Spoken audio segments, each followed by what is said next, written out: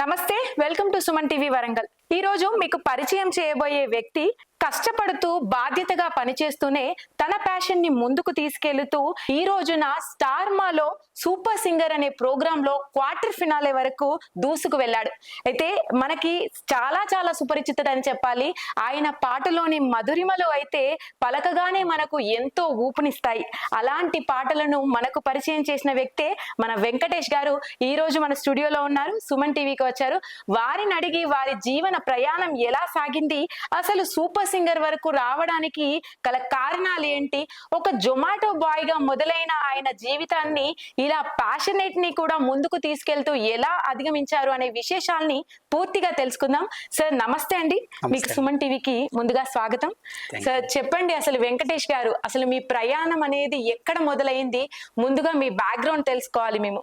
మాది శ్రీకాకుళం జిల్లా నర్సన్నపేట మండలం. అక్కడ దగ్గరలో విఎన్పురం అని ఒక విలేజ్ లో ఉంటాం అనమాట. ఓకే, విఎన్పురం. అమ్మ నాన్న డైలీ కూలి పనులు చేస్తూ ఉంటారు. నెక్స్ట్ నేను వచ్చేసి ఇది ఎప్పుడు స్టార్ట్ అయిందంటే, నాకు 5 years ఉండేటప్పుడు రంగస్థల నాటకాలు ఉంటాయి కదా, అందులో నాకు మా మామయ్య గారు అని జగన్నాథం గారు ఉన్నారు. ఆయన నాకు నేర్పించారనమాట ఒక నాటకంలో పాటలు. లవకుశ అనే ప్రోగ్రామ్ లో నాకు లౌడ్ క్యారెక్టర్ ఇస్తూ అక్కడి నుంచి నాకు పద్యాలు ఇలానే పాటలు ఇలా నేర్పించారనమాట. ఇంకా అక్కడి నుంచి నాకు ఈ మ్యూజిక్ అనేది స్టార్ట్ అయింది. ఓకే, అయితే మీ నాన్నగారి విషయానికి అమ్మగారి విషయానికి వస్తే, అంటే వాళ్ళ రెస్పాన్స్ ఎలా ఉండేదండి మీ ప్రయాణం? వాళ్ళ రెస్పాన్స్ అంటే అమ్మగారికి చాలా ఇష్టం నేను పాడటం. నాన్నగారు అంత ఇంట్రెస్ట్ చూపించేవారు కాదు. ఎందుకంటే నేను ఆల్రెడీ నాకు డిగ్రీ చేశాను, ఏదో ఒకటి చూసి జాబ్ చేయాలి. ఎందుకంటే మా బ్యాక్గ్రౌండ్ వచ్చేసి కొంచెం లో. సో నేనేంటంటే ఏదో ఒక జాబ్ చేస్తూ మంచిగా వాళ్ళని చూసుకోవాలని వాళ్ళ అభిప్రాయం అనమాట. కానీ అమ్మగారికి అయితే నేను పాడటం చాలా ఇష్టం. ఈ శ్రీకాకుళం నుంచి హైదరాబాద్ ప్రయాణం ఎందుకు చేశారు మీరు? అంటే జొమాటోలో మళ్ళీ బేసిక్ అంటే నేను వైజాగ్ లో అది స్టార్ట్అప్ కంపెనీ హనాప్ అని, జొమాటో కాదు, హనాప్ అని ఒక కంపెనీ అనమాట. ఆ కంపెనీలో 3 years ఈ డెలివరీ బాయ్ గా చేశాను అనమాట. ఇందులో 3 years చేస్తూ ఒక 6 months అక్కడ దగ్గరలో మ్యూజిక్ అకాడమీలో చేరాను అనమాట. సరస్వతి మ్యూజిక్ అకాడమీ అని వారి దగ్గర వెళ్ళి మ్యూజిక్ నేర్చుకున్నా 6 months. ఆ తర్వాత నా దగ్గర మనీ ప్రాబ్లం వచ్చేసి మధ్యలో ఆపేసా. ఆ టైంకి కరెక్ట్ గా ఈ సూపర్ సింగర్ ఆడిషన్స్ పడ్డాయి అనమాట వైజాగ్ లో. అప్పుడు ఆడిషన్ ఇచ్చాను, అయిపోయింది, వెళ్ళిపోయాను. అక్కడికి 1 month తర్వాత మళ్ళీ కాల్ వచ్చింది, ఇలా మీరు సెలెక్ట్ అయ్యారు, తొందరలోనే మీరు హైదరాబాద్ రావాలి అని. అలా సెలెక్ట్ అయ్యాను. ఎలా ఫీల్ అయ్యారు? ఆ రోజు నేను నమ్మలేదు, ఎందుకంటే నేను 10 years నుంచి ఆడిషన్ ఇస్తూనే ఉన్నా. కానీ సడన్ గా అవటం, నేను అసలు నాకే ఫోన్ వచ్చిందా లేకపోతే నేను అయ్యానా లేదా అనేది ముందు కన్ఫ్యూజన్ లో ఉన్నాను నేను. అవి మళ్ళీ 2-3 calls వచ్చాయి, వాళ్ళు చేస్తున్నారు. కానీ నాకు కాదు, అంటే మా మ్యూజికల్ గ్రూప్ ఉన్నారు కదా, వాళ్ళు నాకు కాల్ చేస్తే ఇబ్బంది పెడుతున్నారేమో అని చెప్పేసి నేను అలా అనుకున్నాను. కానీ ఇలా నిజంగా వచ్చిందని నాకు అర్థం అవ్వాల. మళ్ళీ నైట్ 9 గంటలకి ఒకసారి శివగారు అని ఒక ఆయన మెంటర్ ఫోన్ చేసి చెప్పారు. అప్పుడు నమ్మా అనమాట. ఆయన నాకు ముందు నుంచి తెలుసు కొంచెం. అప్పుడు నమ్మాను, అవునా అని సార్. అసలు ఆ స్టేజ్ అనేదే చాలా గొప్ప స్టేజ్ అని చెప్పాలి. శ్వేతామోహన్ గారు కానీ, మంగ్లీ గారు కానీ, రాహుల్ సిప్లిగంజ్, అనంత్ శ్రీరామ్ గారు, వాళ్ళ కాంబినేషన్ లో స్టేజ్ మీద మీరు ఫస్ట్ పర్ఫార్మెన్స్ ఇచ్చినప్పుడు మీ ఫీలింగ్ ఏంటి? అంటే మీరు ఆల్రెడీ చూసుంటారు. నాకు ఫస్ట్ భయం, ఫుల్ భయం ఉంది. ఎందుకంటే ఫస్ట్ టైం అంత పెద్ద షోకి ఆ స్టేజ్ కి వెళ్ళటం, అది 2 తెలుగు రాష్ట్రాలు మధ్యలో నేను పాడటం, అన్ని కెమెరాస్ ముందు, చాలా భయం వేసింది. ఫస్ట్ పర్ఫార్మెన్స్ చూస్తే ఖచ్చితంగా మీరు చెప్పగలుగుతారు ఇక ఫుల్ భయంతో ఉన్నాడు అబ్బాయి అని. ఆ తర్వాత నుంచి అలా అలా అలా నన్ను నేను కొంచెంగా భయాన్ని విడిచిపెట్టా. నాకు ఎక్కడ నచ్చిందంటే అండి, మీరు మూమెంట్ లో వెళ్ళిపోతున్న ఫ్లో లో ఒక్క దగ్గర మార్పు ఒకటేసారి సడన్ గా చూపించేశారు ఒక ఎపిసోడ్ లో. ఎలా అంటే అప్పటి వరకు స్టాండింగ్ ఓవేషన్ లోనే చేస్తాడు వెంకటేష్ అని అనిపించుకున్న మీరు సడన్ గా మీరు స్టెప్స్ వేయడం స్టార్ట్ చేసేసారు. అంత చేంజ్ ఎలా తీసుకొచ్చారు మీ లోపల? అంటే నాకు రాహుల్ అన్న చెప్పారనమాట, నువ్వు ఏది పాడినా ఏదో అప్పచెప్తున్నట్టు పాడుతున్నావు, ఇలా కాదు, నువ్వు సాంగ్ ని ఫీల్ అవుతూ పాడాలి, ఏదైనా ఎంజాయ్ చేస్తూ పాడాలి అని చెప్పి. అప్పుడు నేను అనుకున్నా, ఆ రోజు పర్ఫార్మెన్స్ అయిపోయింది ఆల్రెడీ, నాకు చెప్పులు ఉన్నాయి. ఆ చెప్పులతో నేను పాడటానికి కొంచెం ఇబ్బంది పడుతున్నాను అనమాట, స్వెట్ వస్తుంది. మళ్ళీ మూమెంట్ కొంచెం మారితే పడిపోతానేమో అని చెప్పి చిన్న భయం ఉంది. దానివల్ల నేను మూమెంట్ చేయలే. కానీ చెప్పారు ఒకసారి చేసి చూద్దాం అని చెప్పేసి మళ్ళీ ఒకసారి అడిగా, అన్నయ్య నేను మళ్ళీ ఒకసారి పాడొచ్చా ఇదే పాటని అని చెప్పి. అప్పుడు చెప్పులు పక్కన పెట్టి అప్పుడు పాడా అనమాట, దారి చూడు దుమ్ము చూడాలి. అది దుమ్ము లేపేశారు అసలు. నేను చెప్పాలంటే అసలు చూస్తూ ఉండిపోయినా మేము ఆ పర్ఫార్మెన్స్ అయిపోయే వరకు కూడా అంత డ్రాస్టిక్ చేంజ్ ఎలా చూపించారా అనిపించింది. ఇదన్నమాట రీజన్ అయితే రాహుల్ అన్న. రాహుల్ సిప్రిగంజ్ గారు యాక్చువల్ గా మీకు 1 lakh ఇవ్వడము, మీకు మ్యూజిక్ క్లాస్ కి తను డొనేట్ చేయడం అనేది అదైతే చాలా గ్రేట్ థింగ్ అండి. మీకు ఎలా అనిపించింది అప్పుడు? నాకు నిజంగా ఆ రోజు నేను అలా అనుకోలేదన్నమాట. దారి చూడు దుమ్ము అదే సాంగ్ పాడే ఆ రోజు పాడటం అదే, ఆయన చెప్పడం కూడా అదే రోజు. అంటే నువ్వు నేర్చుకున్నావా, ఎంతవరకు నేర్చుకున్నావు మ్యూజిక్ అని చెప్పేసి అడిగారు. అప్పుడు నేను 6 months నేర్చుకున్నాను. ఆ తర్వాత మళ్ళీ ఫైనాన్షియల్ గా ఇబ్బంది పడుతూ నేర్చుకోలేకపోయాను అని చెప్పాను. అప్పుడు అన్నయ్య కూడా అదే స్టోరీ కదా, అన్నయ్య కూడా కొంచెం లో నుంచి వచ్చారు.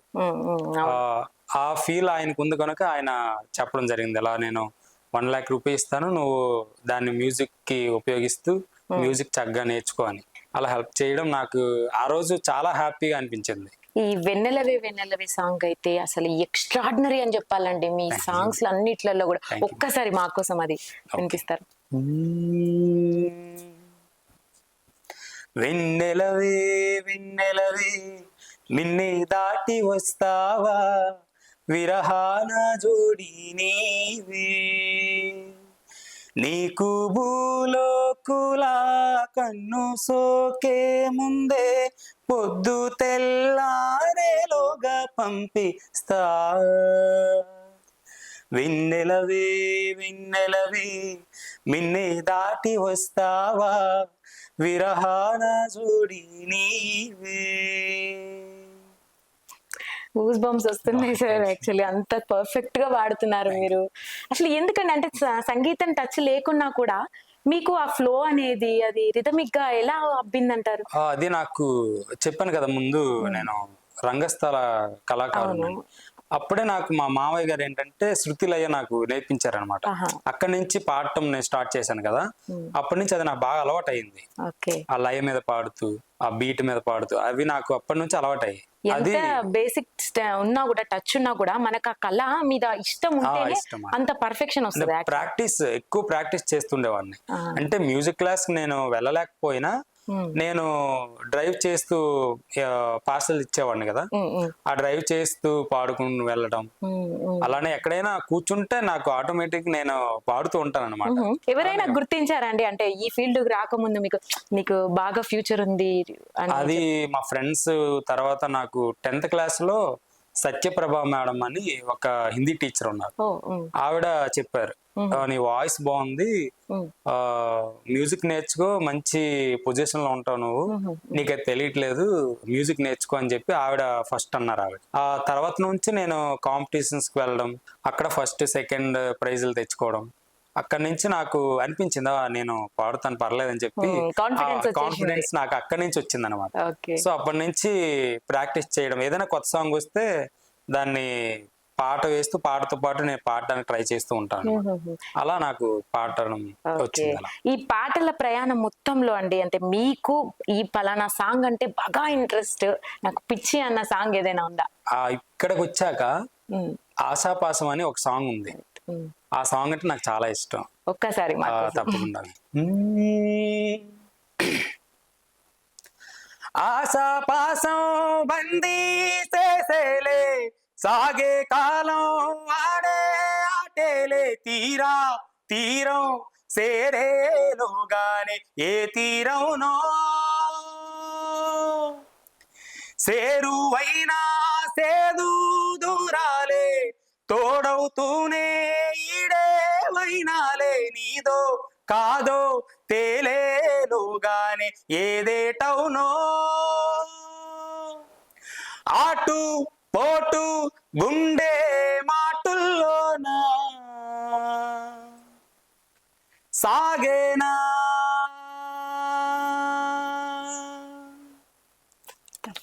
ఫెంటాస్టిక్ అండి, నిజంగా చాలా బాగా పాడారు. Thank అలా వింటూ ఉండిపోవాలనిపిస్తుంది. Thank you. ఈ జడ్జెస్ దగ్గర నుంచి కూడా బెస్ట్ కాంప్లిమెంట్ అంటే ఏమొచ్చిందండి మీకు? ఇది అంటే ఫస్ట్ సాంగ్ ఇదే పాడాను నేను. అవును. లాస్ట్ 4 మెంబర్స్ ఉన్నారు అక్కడ లాస్ట్ లో, ఇంకా సెలెక్ట్ ఇంకా 1% ఉన్నారు. ఇంకా లాస్ట్ 16% ఒకరినే చేయాలి. నేనైతే పాడటం బాగానే పాడా, కానీ నేను చెప్పాను కదా భయం, అదే ఫస్ట్ టైం అని, ఆ భయంతో ఒక దగ్గర చిన్నది వచ్చేసింది అనమాట, అటు ఇటు అయింది. సో అప్పుడు నేను అనుకున్నాను, ఆ అటు ఇటు అవడం నన్ను చేస్తారా చేయరా, ఉన్నదైతే ఓకే, అవును, ఓవరాల్ గా బాగా వచ్చింది. కాకపోతే ఆ ఒక్క దగ్గర అది మైండ్ లో పెట్టుకుని చేస్తారా లేదని అది అయితే ఫుల్ ఉంది. కానీ వాయిస్ వాళ్ళకైతే చాలా బాగా నచ్చింది అనమాట. నాది ఒక యూనిక్ వాయిస్ అని చెప్పి అందరూ పాడతారు, అందరికి వాయిస్ మంచి మంచి ఉంటాయి, కానీ నీ వాయిస్ వేరు అని. అంటే కొంతమందికి యాస డిఫెక్ట్ కూడా అవుతుందండి కొంతమందికి, అలా నా శ్రీకాకుళం కదా, సో నాకు ఇలాంటి సాంగ్స్ బాగా సెట్ అవుతాయి. అంటే అక్కడే నాకు తెలిసింది, నాకు అక్కడ వరకు ఈ సాంగ్ తెలీదు, అక్కడికి వెళ్ళాక నేర్చుకున్న సాంగ్ ఇదన్నమాట. ఇది బెస్ట్ కాంప్లిమెంట్ వచ్చింది. Okay okay. జడ్జెస్ లలో అంటే నాకు ఈ జడ్జ్ అంటే బాగా అంటే ఇన్స్పిరేషనల్ గా ఉంటుంది అని మీకు ఏమైనా అనిపించిందా అక్కడ? అంటే అఫ్ కోర్స్ నేను రాహుల్ అన్నే చెప్పొచ్చు, చెప్పాలి కూడా, ఎందుకంటే ఆయన కూడా నాలాగే ఒక లో నుంచి వచ్చారు, అలాగే ఆయన వాయిస్ కూడా ఒక యూనిక్ వాయిస్, నా మాదిరిగా కొంచెం ఉంటది అనమాట. సో నాకు ఆయన అంటే కొంచెం ఇన్స్పిరేషన్ అనమాట. అలాగే నాకు మ్యూజిక్ కి హెల్ప్ చేశారు, సో ఆయన అంటే నాకు చాలా ఇష్టం కూడా. మొత్తం కూడా అంటే ఈ ఇన్స్పిరేషనల్ స్టోరీస్ లలో వీళ్ళని చూసి నేను ఇన్స్పైర్ అయ్యాను, ఈ సింగింగ్ దాంట్లోకి వచ్చాను అని ఎవరినైనా అనుకుంటున్నారా? అంటే నాకు ఫస్ట్ ఇక్కడ వరకు రాక మునుపు అయితే బాలు గారు అంటే చాలా ఇష్టం. ఆయన ఏమో చెప్పొచ్చు అంటే నేను ఒక ఏకలవ్య శిష్యుని అనుకోవచ్చు. అంటే ఆయన పాడుతీగా నా చిన్నప్పటి నుంచే వచ్చేది అనమాట కాదు. అప్పటి నుంచే నాకు ఆయన టీవీలో చూడటం, ఆయన ఏదైనా పాడితే ఆయనతో పాటు నేను కూడా పాడుతూ ఉండేవాను అనమాట, కింద నుంచి చూస్తూ, టీవీలో చూస్తూ. అలా అప్పటి నుంచి నాకు అలవాటు, నేను పాడతాను అని చెప్పి నాకు అక్కడి నుంచి ఎక్కువ నాకు ఇన్స్పిరేషన్ ఎవరంటే బాలు గారు. ఈ లవబుల్ సాంగ్స్ పాడినప్పుడు మీ ఎక్స్ప్రెషన్స్ వైజ్ గా అంటే డీప్ గా వెళ్ళిపోతారు మీరు. ఏదైనా సాంగ్ అంటే అది దీనికి లవ్ కి చాలా డిఫరెన్స్ చూపిస్తా ఉంటారు రెగ్యులర్ గా. ఎందుకు దాని వెనకాల రీజన్ ఏంటి? అంటే ఎవరినైనా ఊహించుకొని పాడతారా? అలా ఏం లేదు, ఫ్లో లో వచ్చేస్తుంది. అంటే అది ఫ్లో లో వచ్చేస్తుంది తప్ప అలా ఏం లేదు, అలా ఊహించుకొని పాడటం లేదు. కానీ నేను పాడి ఇప్పుడు ఈ ఫోక్ సాంగ్స్ ఉంటాయి కదా, అలాంటి పాడేటప్పుడు మాత్రం ఖచ్చితంగా ఊహించుకొని పాడతా. ఇంకా లవ్ సాంగ్స్ కి వచ్చేటప్పుడు ఆ ఊహ రాదు, ఎందుకంటే అది ఉంటే వస్తుంది, అది లేదు కనుక. అంటే వెంకటేష్ గారు సింగిల్ అని వేసుకోవచ్చు, సింగిల్ అని మీరు వేసుకోవచ్చు, నో ప్రాబ్లం. ఓకే, వెల్కమ్ అండి. శ్రీకాకుళం అమ్మాయిలు మంచిగా పాటలు పాడే మన వ్యక్తి ఉన్నారు, మీకోసం ఎదురు చూస్తున్నారు, ఆల్వేస్ వెల్కమ్ అంటున్నారు. ఓకే అండి, నెక్స్ట్ మీ ఫ్యూచర్ ఏంటి అసలు? అంటే నేను ఇప్పుడే ఇంకా స్టార్ట్ అయ్యాను అని నాకు ఇప్పుడే అర్థమైంది అనమాట, నేను స్టార్ట్ అయ్యాను ఇప్పుడు అని. ఆల్రెడీ కొన్ని ప్రాజెక్ట్స్ వస్తున్నాయి, చేస్తున్నాను. రీసెంట్ గా ఒక సాంగ్ కూడా వచ్చింది, అది ఇప్పుడే రివీల్ చేయను, అది అయ్యాక అప్పుడు వెయిటింగ్, అసలు అందరికి వెయిటింగ్. అంతే కదండి, ఎలాంటి సాంగ్ చూస్ చేసుకుంటున్నారు? మీ గొంతుకి చాలా మంది ఫ్యాన్స్ ఉన్నారు, వాళ్ళందరూ వెయిట్ చేస్తుంటారు మీరు ఏం చేస్తారు ఏంటి అనేది. అండ్ ఇంకోటి అండి, అంటే ఇక్కడ వరకే వచ్చాను అన్న బాధ ఏదైనా మీకు ఉండిపోయిందా? నాకు ఆ బాధ అయితే అందులో లేదు, ఎందుకంటే నేను అక్కడ వరకు వెళ్తానో లేదా అదే పెద్ద డౌట్ నాకు. ఫస్ట్ రౌండ్ వరకు అయినా వెళ్ళగలుగుతానా లేదా అనేది ఒక పెద్ద డౌట్ ఉంది. కానీ టాప్ 10 వరకు వచ్చాను కదా, నాకు ఒక్కొక్కటి మెరుగుపరుస్తూ వచ్చాను అనమాట. ఒక్కొక్క పర్ఫార్మెన్స్ వైజ్ చూసుకుంటే స్టార్టింగ్ నుంచి ఎండింగ్ వరకు కొంచెం అంతా ఒక ఏమంటారు, అది ఒక్కొక్క మెట్టు ఎక్కుతున్నట్టు అనిపిస్తుంటది. ఒక్కొక్క అంటే నా పర్ఫార్మెన్స్ లో ఏవైతే లోపాలు ఉన్నాయో అవి ఒక్కొక్కటిగా వదులుకుంటూ పైకి వచ్చా, కొంచెం టాప్ 10 వరకు వెళ్ళాను అనమాట. మీ కో సింగర్స్ తో ఎలా ఉండేదండి అటాచ్మెంట్స్ అంతా? కో సింగర్స్ అంటే చాలా బాగుంటది, అందరూ కూడా పాజిటివ్ గా ఉండేవారు అందరు కూడా. నాకు బెస్ట్ వచ్చేసి హేమంత్. తను చాలా మంచి ఫ్రెండ్, ఒకే రూమ్ అనమాట, అందుకే కొంచెం ఎక్కువ అక్కడ ఎక్కువ రోజులు కూడా మీరు ట్రావెల్ చేసి ఉంటారు కదా. ట్రావెల్ చేసి మళ్ళీ టచ్ లో ఉన్నారా మీరు వచ్చిన తర్వాత అంతా కూడా? అంటే ఇంకా మీరు ఎక్కడి నుంచి వెళ్ళిన తర్వాత రెస్పాన్స్ అనేది ఎలా ఉండింది మీ ఊర్లో గానీ మీ పేరెంట్స్ మీ రిలేటివ్స్? అది చాలా ఎక్కువగా ఉంది అసలు. అది నార్మల్ గా లేదు. అంటే మా ఊర్లో ఎలానో మాకు తెలుస్తుంది, తర్వాత శ్రీకాకుళంలో మొత్తం తెలుస్తుంది. కానీ హైదరాబాద్ లో మెట్రో స్టేషన్ ఎక్కినా, ఏదైనా మాల్కి వెళ్ళినా, ఏదైనా మూవీకి వెళ్ళినా, ఎక్కడికి వెళ్ళినా సరే మీరు సూపర్ సింగర్ లో పాడారు కదా అని చెప్పి దగ్గరికి వచ్చాడు. అప్పుడు కొంచెం గుర్తుపడుతున్నారు. అప్పుడు నాకు అంటే నాకు ఉండేది ఫస్ట్ అదే వస్తుంది, ఒక స్మాల్ కొంచెం ప్లస్ అవుతుంది. అందులో అమ్మాయిలు వచ్చి అడుగుతుంటారు ఎక్కువగా, అంటే ఉంటారు, అప్పుడు కూడా అనిపిస్తుంది కదా. ఓకే, మొత్తానికైతే శ్రీకాకుళం కుర్రాడు గెలిచేశాడు, ఇక్కడ దాకా వచ్చి అని అయితే చాలా మంది అంటున్నారు. మీకు ముందు ముందు కూడా చాలా అవకాశాలు వస్తాయి సార్, మీ గొంతుతోనే మీరు చాలా సాధిస్తారు నిజంగా చెప్పాలంటే. And next thing, all the best అండి మీ ఫ్యూచర్ కి. మీరు సూపర్ సింగర్ లాంటి షోస్ చాలా చేయాలి, ఇంకా జనాల్లోకి రీచ్ అవ్వాలి అని అయితే మీ మనస్ఫూర్తిగా సుమన్ టీవీ తరఫున కోరుకుంటున్నాను. సార్ చివర్లో మా ప్రేక్షకుల కోసం ఒక్క సాంగ్, నాకు బాగా నచ్చిన సాంగ్, సాపాటు ఎటు లేని. ఓకే మేడం, తప్పకుండా.